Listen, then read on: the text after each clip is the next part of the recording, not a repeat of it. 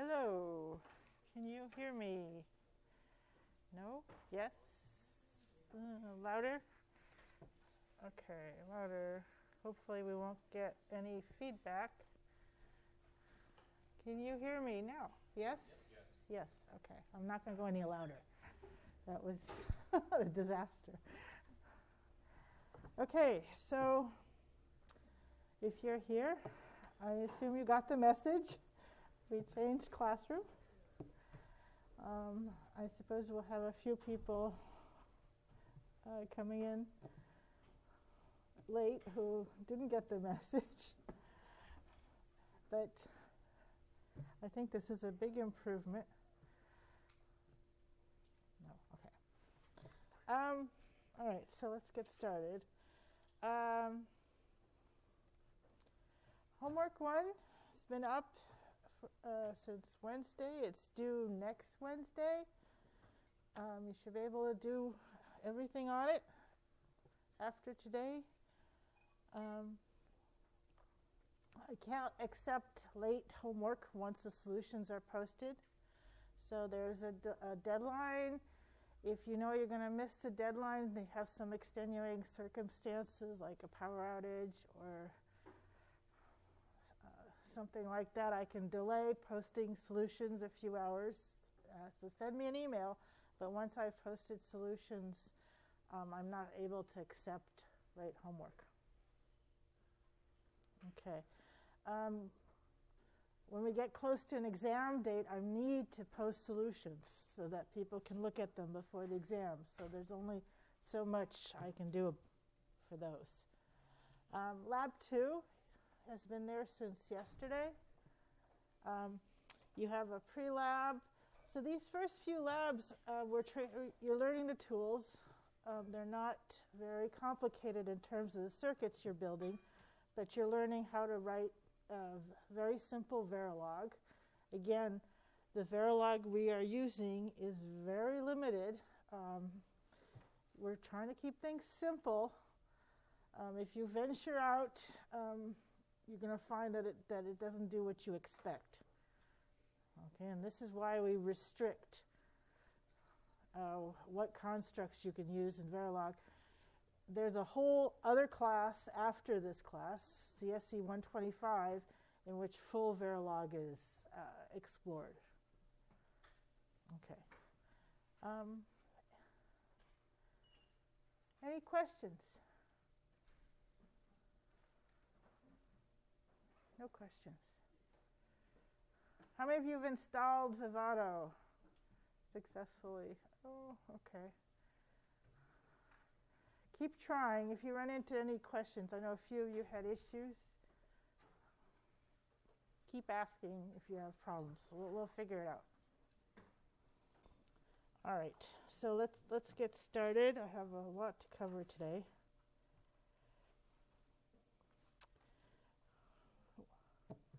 One of the problems with winter quarter is the labs are on the same schedule, but we have some holidays right up front, which kind of delay lecture. So I'm going a little bit faster than I would like. But you need this material for the labs, so I need to cover it. Okay, so just rolling back a little bit from Wednesday. Remember we talked about truth tables and Boolean functions, and then we talked about the fact that we could express those Boolean functions with Boolean expressions. Basically, the output of each of our gates is a Boolean operation, and so we can write expressions based on the inputs. So we did that. And then we talked about Boolean algebras. Boolean algebras satisfied by definition. If they don't satisfy these laws, they're not Boolean algebras. They satisfy these 5 laws, in particular the strange one where the OR distributes over this AND. Okay. There are a series of additional laws or identities that they satisfy, and these are all derived from the 5 that they come with. Okay. And then we talked about how we could use these to obtain an expression for the output of a logic network simply by expressing each gate output based on the operation of the gate and the expressions for the input. So G is just A and B, H is A and B, then I is G or H, J, etc. And then we can work our way backwards, substituting in for each of the intermediate values. So we'll put in A and B for G, we'll put in not I for J, we'll put in G or H for I, and ta-da. Okay, and then we got this far, and then we applied simplification. Okay, so think of this as X. This is X bar, this is Y. So X bar or XY becomes Y or X bar by simplification. And then we applied simplification one more time because we have A or A bar and C bar, so this will become A or C bar or B, and then we could have this network, which is completely equivalent to the original one, the same Boolean function, but a bit smaller. Okay, so we talked about the order of operations, but let me rephrase this. So just as in your normal algebra, the negation occurs first, then the star, then the plus. So that's very natural. You're used to that. So you're going to read these expressions and understand that when you have A or B and C, you actually need to AND B and C together first. Right? You don't really need those parentheses because the order of operation enforces that the AND here occurs first. So that's very natural. The problem is that we get into trouble when we apply De Morgan's law. Okay, so let's say we have this expression. We have A or B and C, and we take the complement of it. So the whole thing is being complemented. Okay. So if I apply De Morgan's law, well, that plus should become an AND, right? So I should get that, right? And then I'm going to break up the complement of B and C, and that's going to become an OR. So I should get that, right? How many people think that's right? How many people think I'm wrong? Okay, good. Those of you who think I'm wrong are right. Because we reverse the order of operations there. Okay, so I see this a lot. So you need to be really careful when you're applying De Morgan's law because you may need to introduce parentheses. Right? So let's say we had introduced the parentheses. We had put parentheses around that B and C. We don't need to, but when we apply this again, and De Morgan's law again, you'll see that now it matters because the AND and the ORs swapped. But we need to keep the original order in which those operations occurred. Okay, so the default now no longer applies. We need B and C to be combined before they're ORed with A. So we need now B and C to B bar and C bar to be ORed before it's ANDed with A bar. Okay, so if you're unsure what to do, put parentheses, and that will guide you. Okay, so this is the expression we end up with. And these are not equivalent. These are not the same thing. Okay, so this one is not correct, and this one is correct. Okay, so this is an error I often see. Okay, all right, so let's do one by hand. Come, there's no, okay, turn on the light here. Okay, so what should we do with this? Let's say we're asked to simplify this.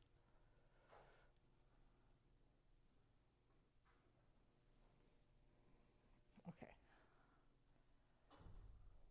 What would you do? De Morgan's? Okay. Over what?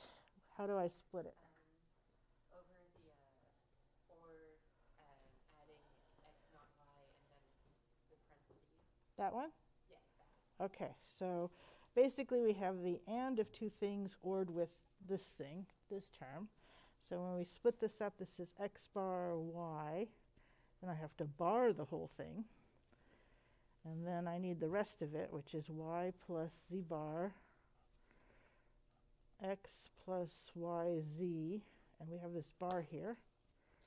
And then we put a bar over the whole thing. Okay? All right, now what? Who comes up with these things, right? No. Yeah. You want De Morgan's on over here? Okay. All right. So I'm going to leave this one alone for just copy it. Then we have a star. So these two are ANDed together, so I'm going to get a plus here, right? So plus, this side will have x plus yz, and it has its original bar, and it has another bar. And then this one has y plus z bar. Yeah. Oh, I can't get anything past you guys. Okay, so this is exactly what happened on the previous slide here, right? We needed to introduce those parentheses. We had an and with something, and then when we put a plus here, suddenly we need to combine these first. Yeah. Okay, so this is always a good thing if you can get two complements next to each other, because then they go away. Okay, so we have x bar y bar. Okay, why don't I do something to this while I'm at it? What should I do to that? Anybody out there?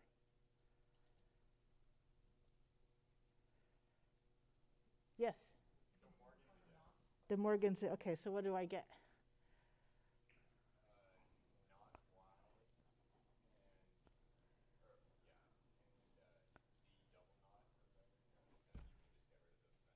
Okay, next step, we'll get rid of these.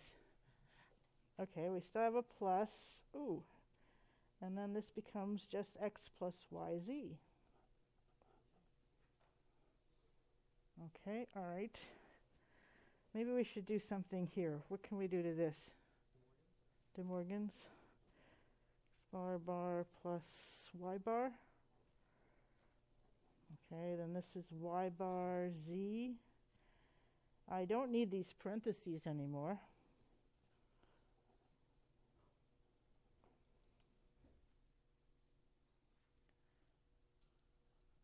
Okay. Don't leave me now. No. Now what? Yes.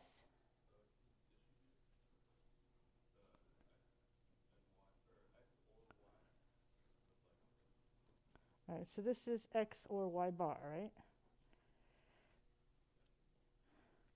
And you want me to distribute over this. So you want me to AND this with each term? Yeah? Not y and z or y and z equals 0. Are you sure? So we have, let's group these two together. We have, okay, all I did was change the order. Yeah? Factor out the z from the 2.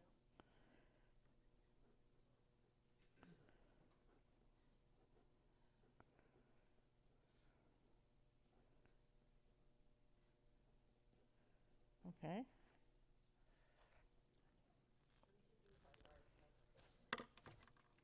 This way I have my whiteout. Yes. Yes. Right. So this. Okay. So this is.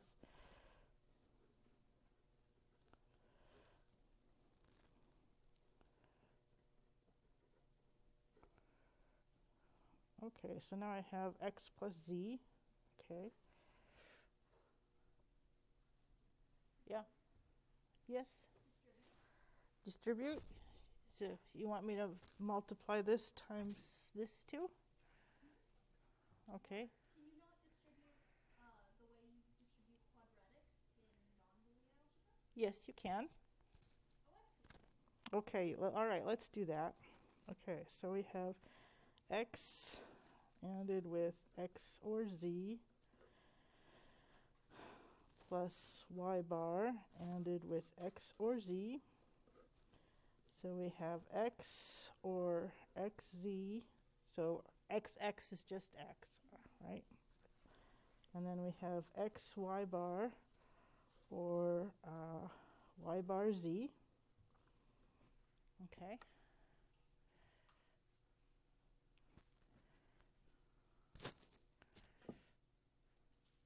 Can I do anything to this?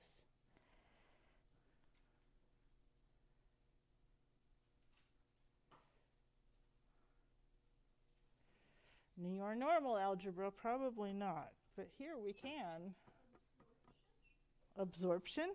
Okay, so this is x or xz, which is just x.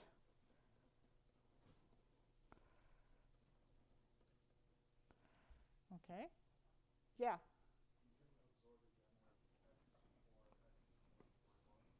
Okay, so x or xy bar is x plus y bar z.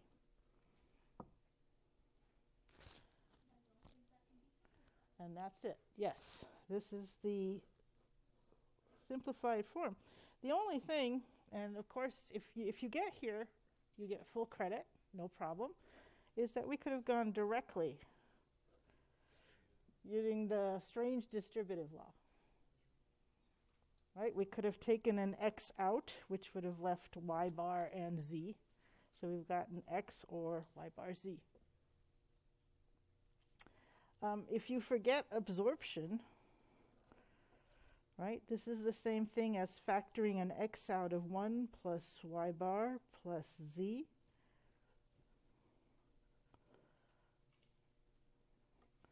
So we would have just gotten x ANDed with 1 plus y bar z, or x plus y bar z. So there are many ways, there are many paths to the right answer. Okay, sometimes using that strange distributive law is the shortest one. Okay, any questions on that?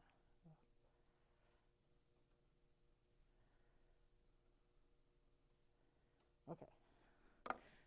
All right, so let's go on. All right, so Boolean expressions come in different forms. They come from different sources, and by manipulating them, we can get smaller expressions that are equivalent, and we can show two different expressions are equivalent. But our goal is going to be to generate expressions that are small or efficient. And so we're going to talk about different forms of Boolean expressions. So to do that, we're going to first talk about sum of products forms. A product term is the AND of any number of variables or complemented variables. 1 is the product of no variables at all. So 1 is technically a product term. You can have a single variable. You could have a bar, any variable. Here we have A, B, C, any number of variables. We could have a variable and its complement, which is kind of useless because this is 0. But these are all product terms. And then a sum of products is take any number of product terms and OR them. So you're only going to have 2 levels in your expression in a sum of products. You're going to have at the top level an OR, and then each component in that OR is a product term. All right, so you're not going to have any parentheses in here. Okay, so all of these are sums of products. We are interested in a particular type of product term for our functions because they provide a unique form. We can immediately identify functions as equivalent if we put them in this form.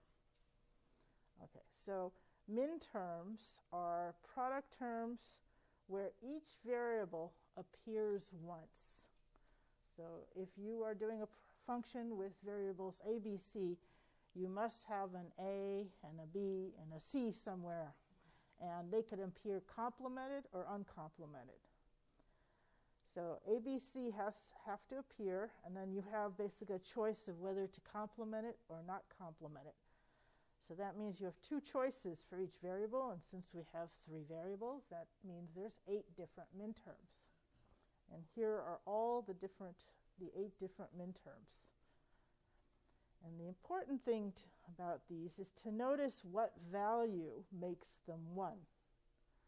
In order for a min term to evaluate to 1, we need the variables to be 0 if it's complemented and 1 when it's not complemented. So the only way a, b bar, c bar is going to be 1 is if a is 1, b is 0, and c is 0. So there's only one particular combination, one of values that will force a min term to be 1. A min term is only 1 for one particular input value. And we have a shorthand notation for each of these min terms. We use a little m, and then the subscript corresponds to the value of the input that makes it 1. So for example, this min term is min term 4 because a, b bar, c bar is 1 only when a is 1, b is 0, c is 0, and this is the binary representation of 4. Yes? Are min terms only in this format of variable and variable and variable where they're all either themselves or not and they're all added together? Yes, a min term is a product term. So on the other side, the x or y bar and z is not a min term. Right. So can every single Boolean expression be turned into a min term? No. No. No. Not every function is one min term. However, okay, everybody clear on what a min term is? A min term is a specific product term where each variable appears.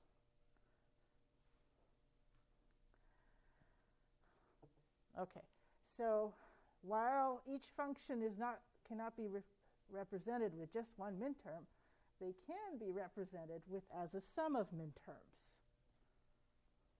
Okay, so to do that, we talk about the onset of a function. The onset of a function is the set of inputs for which that function is on, or 1. Okay, so for example, the onset of this function, oh, I'm in the wrong slide, okay. The onset of this function is in yellow here. There are 5 different inputs that make this function 1. So there are 5 values in the onset. Okay, so to write this function out as a sum of min term, we need to figure out the min terms for which that correspond to the onset. So for example, 0, 0, 1 corresponds to the minterm A bar, B bar, C. Right? What about 0, 1, 0? What would be the minterm that's 1 for 0, 1, 0? Yes. Okay. Now each of these minterms only has a single 1 in its column. It's only going to be 1 for one particular input. Okay, so we need to do the 3 others. Right, so this one is for minterm 3, minterm 4, and minterm 6. Right, and if we OR all of these together, we get 1s exactly where we need them. So any function can be written as the sum of minterms. And this is a sum of products form. Right? Okay. So this is what we call the canonical sum of products form. And the reason it's canonical is because it's unique. There's no other way to write this particular function as a sum of minterms, other than playing with order. So if you put 2 functions in their canonical sum of products, you can immediately tell whether they're the same or not. Okay. We actually have a shorthand way of expressing this canonical sum of products. Okay, sometimes we'll ask you for the canonical sum of products, and you have to write out all the minterms. That's pain. Okay, but we can also use our shorthand notation for the minterms. Just a second. And write it this way. Right? This big sigma is just like in calculus or your other classes, it's the sum, represents the sum. And here we have basically the onset. These are the values for which the function is 1. So this function is 1 for 1, 2, 3, 4, and 6. Yes, what was the question? You said any function can be represented like this? Yes. Even that one? Even that one?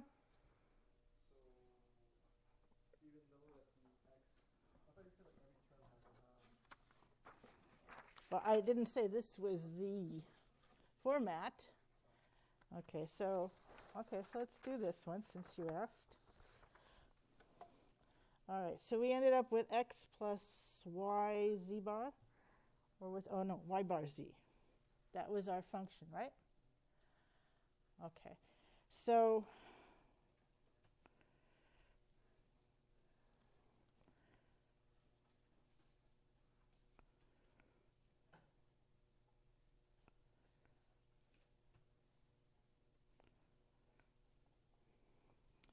so where is this function going to be 1? Well, it's going to be 1 if x is 1, right? That's in the bottom 4 rows, so I'm just going to put 1s there. All right, if x is 1, this has got to be 1. All right, if x is 0, then we have to rely on the y bar z to make it 1. So we need y to be 0 and z to be 1, and that only occurs here, right?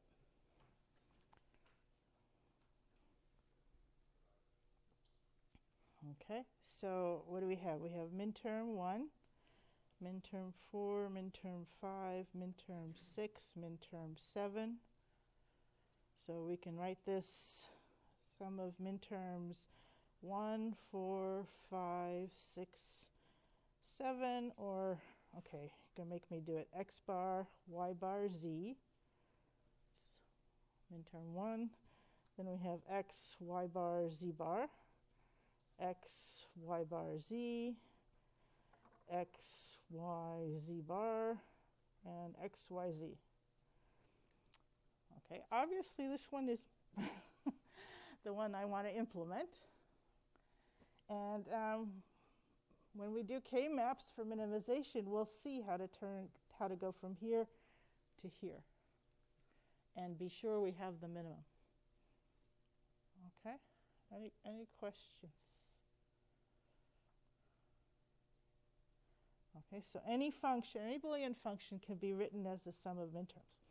You don't have to make the truth table. You can, expand these out.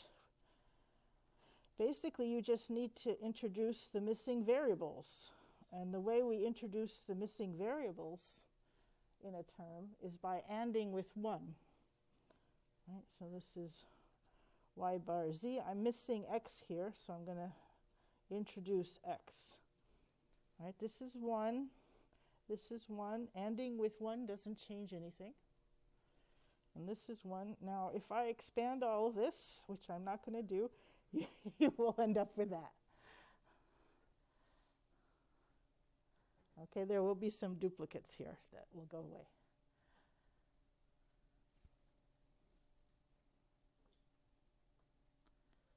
Okay, so that's one way of going from here to here is Boolean algebra. You can, of course, make your truth table, pull the onset out, and get there as well.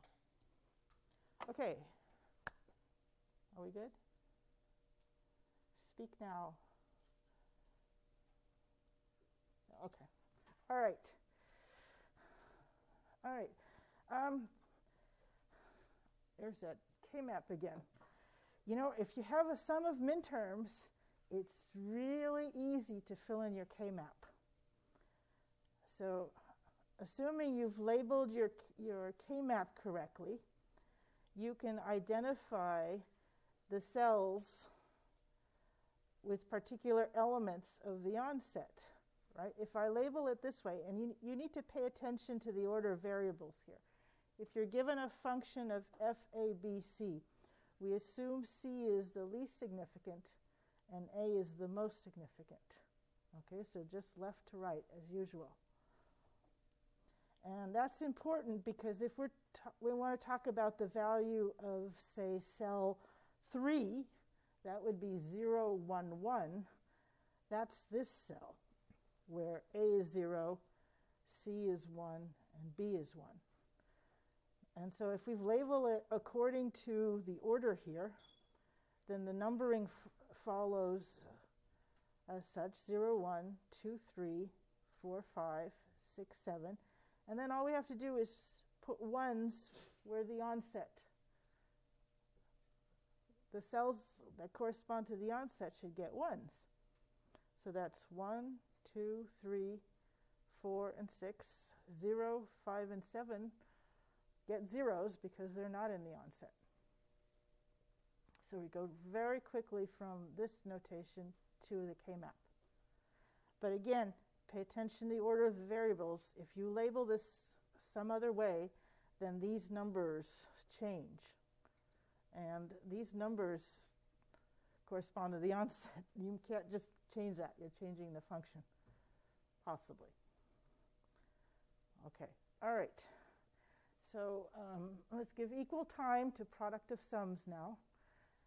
So we can do the same type of development using sum terms rather than product terms. So again, a sum term is the OR of any number of variables, including either complemented or uncomplemented. Same thing. And then we can take the product of any number. Okay, so this is just one sum term, and this is the product of no sum terms. Okay, you could have just a single sum term, or you can have any number. So these get complicated.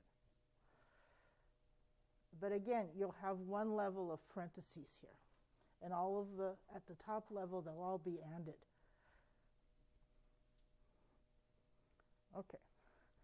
So just as we had min terms, we now have max terms. And in a max term, you have a sum where all the variables appear. And again, they can either be complemented, as this one, or uncomplemented, and any combination. So again, there are 8 possibilities. And each max term is going to be 0 only for one particular input value. In order to make a sum term, in order to make this sum term be 0, I need A to be 0, I need B to be 1, and C to be 1. If I have anything else, that max term will evaluate to 1. Okay, so we're going to do exactly the same thing. Okay, this is the same function we had before. The onset was 1, 2, 3, 4, and 6. So the offset is 0, 5, and 7. Right? In these functions, the offset and the onset are exact complements of each other. And what we do then is we break up our function into the and of sum terms. Each one of these sum terms is responsible for making the function 0 for a particular input. So this sum term is only 0 when A, B, and C are all 0.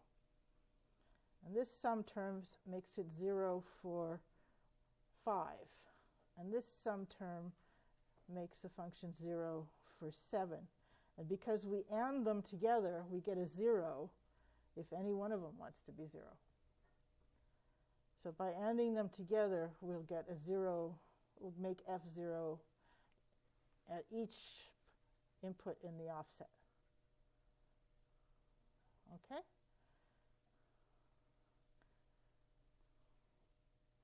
All right, so we have the same canonical product of sums. I have 3 elements in my offset, so I'm going to have 3 sum terms. And here we have the uppercase pi. So I don't know if you've seen that one before. I'm sure you've seen the uppercase sigma. So pi is the same idea, except it means you need to take the product instead of the sum. Okay, and we use a capital M because these are max terms. Okay, all right, should we do this one? You want to do this one? I sense great enthusiasm. Sorry, I'm scrambling to write down notes.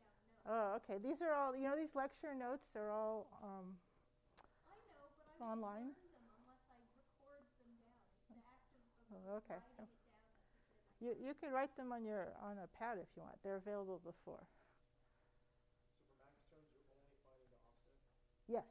For max terms, so if you were asked to write a function as a product of max terms, what you want to do is take the offset and create the sum terms for each one of them. Okay, so, all right, so let's do this. What would be my offset for this function?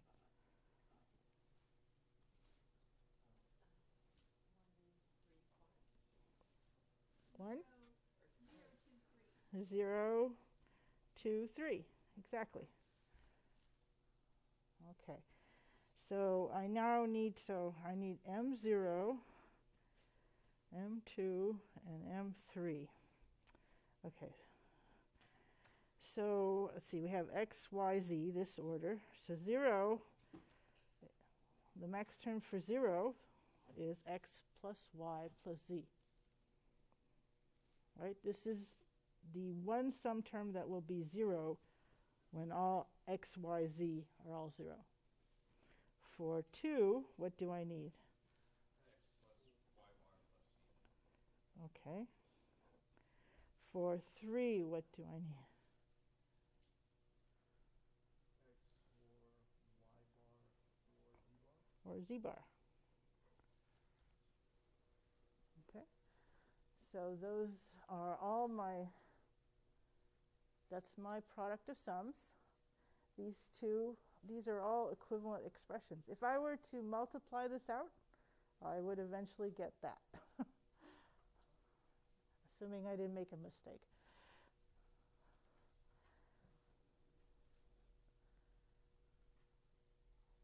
All right. Okay. Product of max terms. Oh, okay. All right. so again, it's easy to fill in my K-map. If I have a product of max terms, I know where the zeros go. So I put the zeros in the cells corresponding to 0, 5, and 7. And then I can put 1s everywhere else.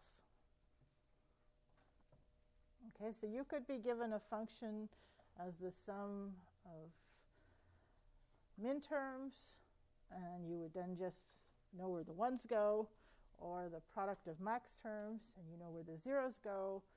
It doesn't really matter. If you know what the onset is, you know what the offset is, or vice versa.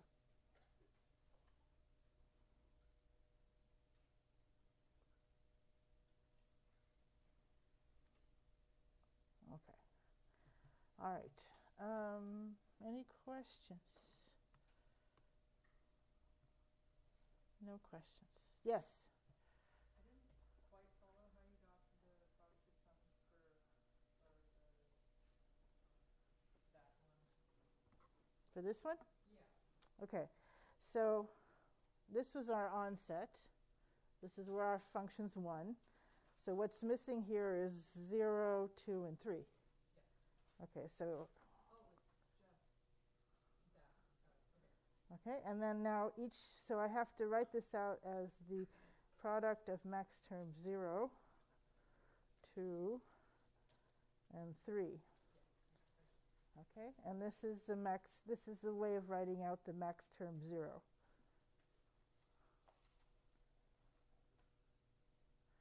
Okay, very often we will just use this notation and this notation because they're smaller and more compact. Okay, but these can be directly translated into Boolean expressions. Okay. All right. Good? Yes. Okay, great. All right, bubbles. I feel like I should have bubbles flowing through this. All right.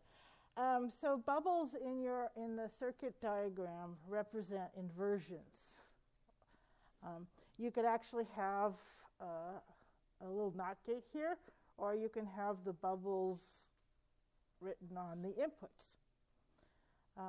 It doesn't matter. Logically, this is the same. Maybe you have a particular component that always inverts the inputs, and so these bubbles actually belong to the gate. But in the logic diagrams we're dealing with, you can slide the bubbles along the wires. Okay, so, our half adder is back. Okay, I didn't know it would be back. Okay, it's back. This is our half adder, right? And what we can do is attach these inverters to this OR gate, and then these are called NOR gates. And as you'll see in lab 7, in 9 weeks, NOR gates are actually very common gates in packages, and we use NAND and NOR gates a lot, much more than AND and OR. Yes? Is it what? It really efficient depends on technology, what gates you have. For building logic in FPGAs, what really matters is how many different inputs you have, more than the complexity of the equation. Okay. All right, so these are, again, completely equivalent.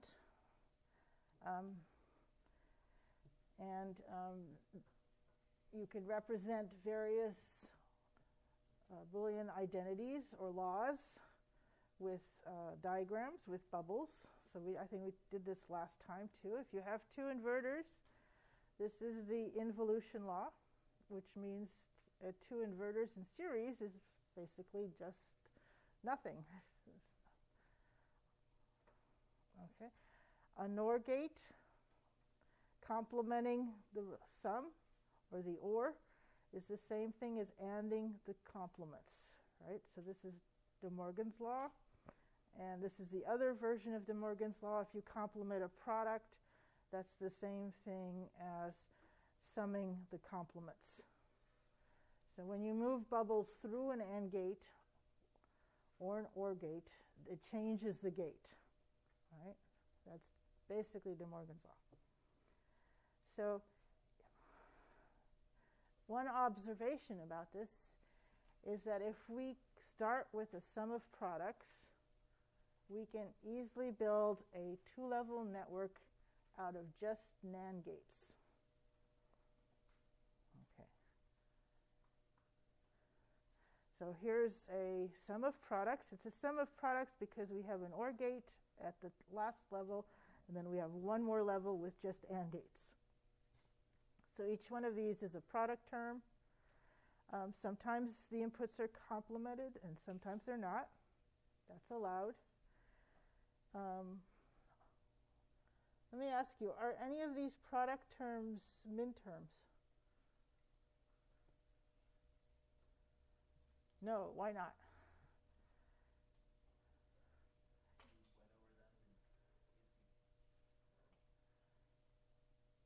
Okay, but why aren't they min-terms? They only have, so we have 4 different variables here, right? In order for these to be min-terms, we'd have to have 4 inputs. We'd have to have each variable coming in. Right? So these are fine product terms, but just don't happen to be min-terms. Okay, so what we've done here is we've used involution. We've introduced 2 bubbles along each wire, which doesn't change anything. And that makes these gates NAND gates suddenly. This isn't a NAND gate yet, but we can apply De Morgan's law and turn it into a NAND gate. And now we have a 2-level network. It's called a NAND-NAND network. Right? And so if you want a NAND-NAND network, you start with a sum of products. What do you start with if you want a NOR-NOR network? Yeah? I would assume a product of sums. Oh, very good. A logical deduction. Whoops. Right? So do the same thing if you want a NOR-NOR gate, a NOR-NOR network. Start with a product of sums. Okay. Now, if somebody gave you a sum of products and asked you to come up with a NOR-NOR network, your first step should be convert it to a product of sums. Okay, don't try to go directly from a sum of products to a NOR-NOR. Okay, so we have this network. It's a product of sums, and we're going to do the same thing. Note here that we have one product term that's just a single variable. So here we actually need to insert an inverter in order to get a bubble, right? You need to insert 2 bubbles or an inverter in a bubble.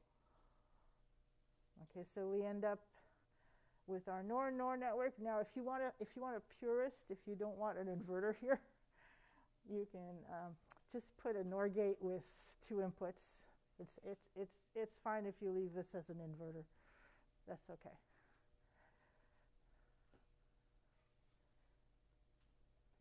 All right. Yes. So, would a product of sums basically be a NAND? No, a product of sums is going to, if you do this operation, inserting the bubbles here, you get a NOR-NOR network. These are NOR gates, right? Oh, okay. Okay. If you want a NAND-NAND, you should start with a sum of products. Okay? Yeah. C at the bottom NAND gate, would that be equivalent to a normal AND if we were forgetting about the NAND network? Would this convert to an AND? What do you think? Okay, so this is essentially, right? We have this, right?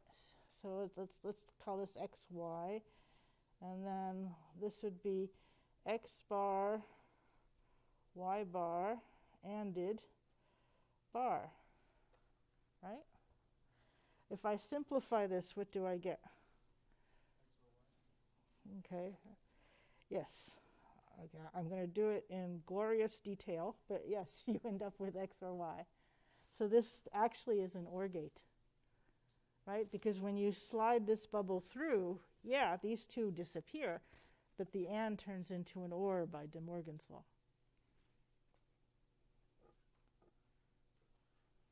Okay. Any other questions? Yeah. Why do you need two inverters on the top input and the other side? Here? Why do you need there to be an inverter? Okay, so what I want to do to convert it is I want to insert bubbles here so that I can change this one into a NOR. But I can't just introduce bubbles where I want them. They have to balance, right? I don't want to change the function. So I have to insert two bubbles. Okay, so when this one doesn't come from a gate, unfortunately, so I have to put an inverter here to cancel out this bubble, okay? Okay, so you keep the original value. Yeah, I want to keep the original function. I don't want to change the function that this circuit does. Yeah? Why did we choose to make them NAND and NOR as opposed to AND and OR? Because we can build everything out of just NAND gates, as you can see, or out of NOR gates. And when we talk about CMOS, you'll see that NANDs and NORs are actually require less transistors than ANDs and ORs. Ah, that makes a lot of sense. Thank you. But we're not going to talk about transistors for a while, nor much, just at the logic level. Okay, I can see all the CS people leaving.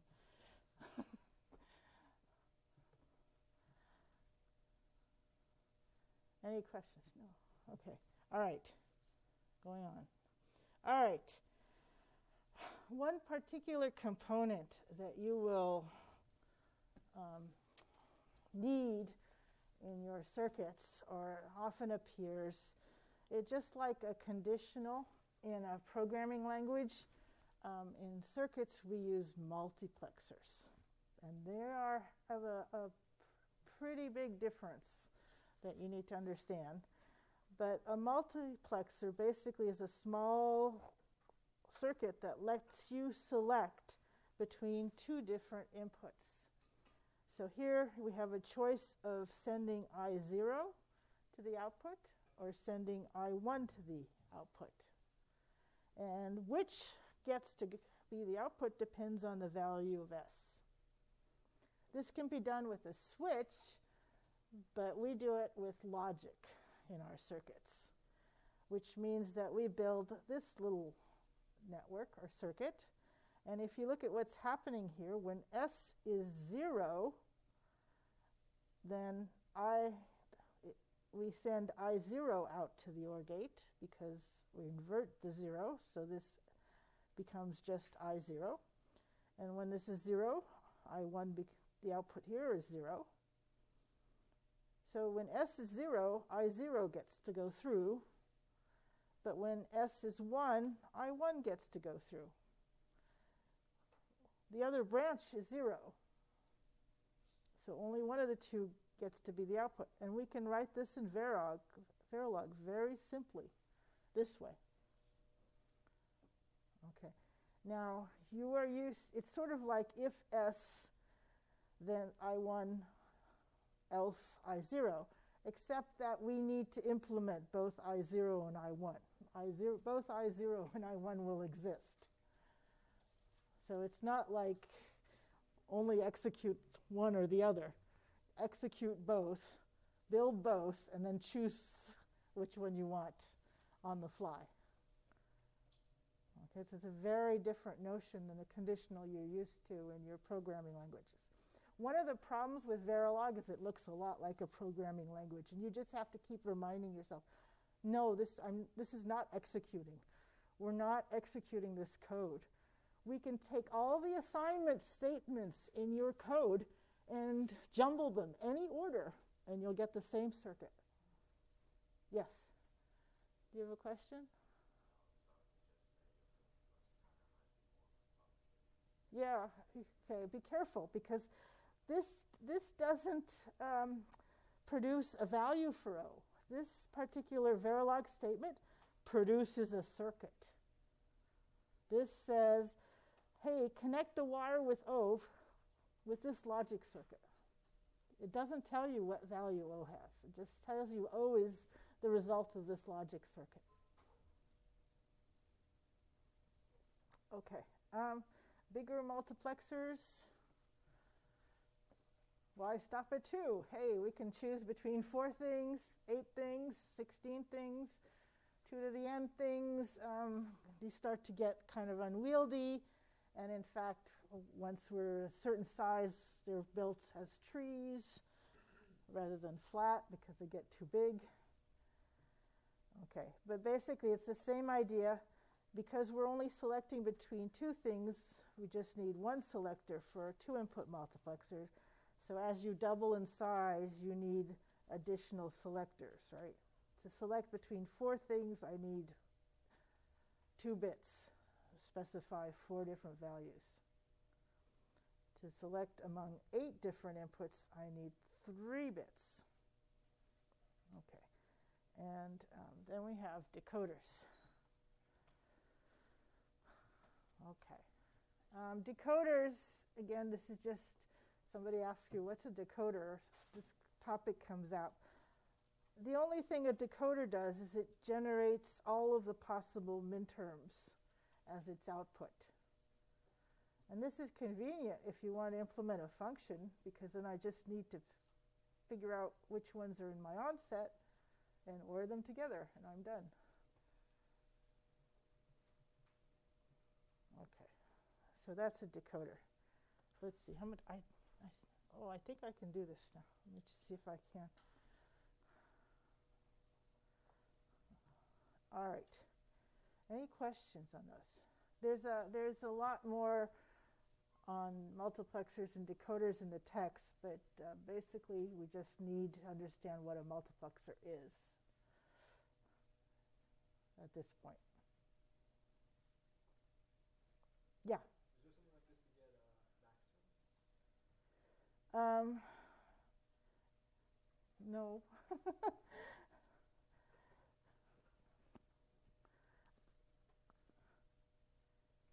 I mean, you could complement them all, I suppose. Okay. All right. So we talked about the fact that our circuits are physical. They take time to respond, and they won't immediately give you the output for a particular input. And so that can have some consequences as far as when you should use the output of a circuit. So anybody recognize what this is?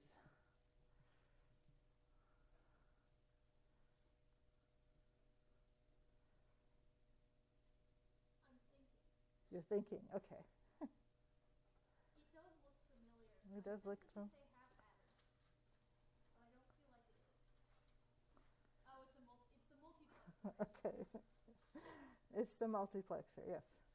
But you just saw, I didn't label them S, I0, and I1. But it's essentially a multiplexer, right? With A being the selector and choosing between B and C. Now, B and C are both 1 here, right? So the output should always be 1, right? Doesn't matter what A is, the output should be 1. Okay, but if we simulate it, for some reason, F is low here. But B and C were 1 the whole time. A changed here. So how did we get a 0 here? It wasn't there very long, but it was there. Okay, well, let's see what happened. All right, so let's start at the beginning. Let's assume that the NOT gate takes 5 units to respond, time units. well, maybe nanoseconds if you like. And the AND and OR gates take 15 time units to respond. Okay, so at the beginning, time 0, A, B, and C are all 1. Everything is settled. And at time 10, A changes to 0. Okay. All right, so the next thing to happen, well, D is going to react, the inverter will react faster than the AND gate here. So at time 15, the inverter output will go high. D will go high. And then the next thing to happen is that E at time 30, or 25, sorry. So A went low at 10, so E will go low at 25. Notice that E and G are both low right now. That's going to be a problem, because if they're both low and we OR that, that'll give us a 0. But this OR gate hasn't reacted yet. Okay, the next thing that happens is, well, G is going to go high. It's going to go high 15 units after D went high. So that's at 30. And now what about this final OR gate? Well, at 40, the OR gate will go low, because 15 units, time units before, G and E were both low. In this region, E and G were both low, so it's going to cause F to be low. But only temporarily, because when G goes high, F will go back high. Okay, so it eventually gave you the right value, but for a little brief period there, it had the wrong value. And that means that we need to know when our circuits have the correct value, when we can actually look at the output and use it and be confident that that's the correct value. And I'm not going to be able to calculate that right now. I'll have to calculate that later. Yes? If electrons move at the speed of light, why is it taking so long for the light to become red? Well, they do take some, electrons do take some time, right? And we're charging, it's not just one electron, there's obviously a power supply that's driving these things, right? These aren't single electrons.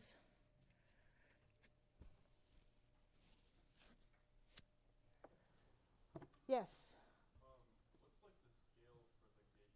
Are they like milliseconds, nanoseconds? Whatever you want, probably nanoseconds or picoseconds. Again, all of this is depending on how you're implementing this.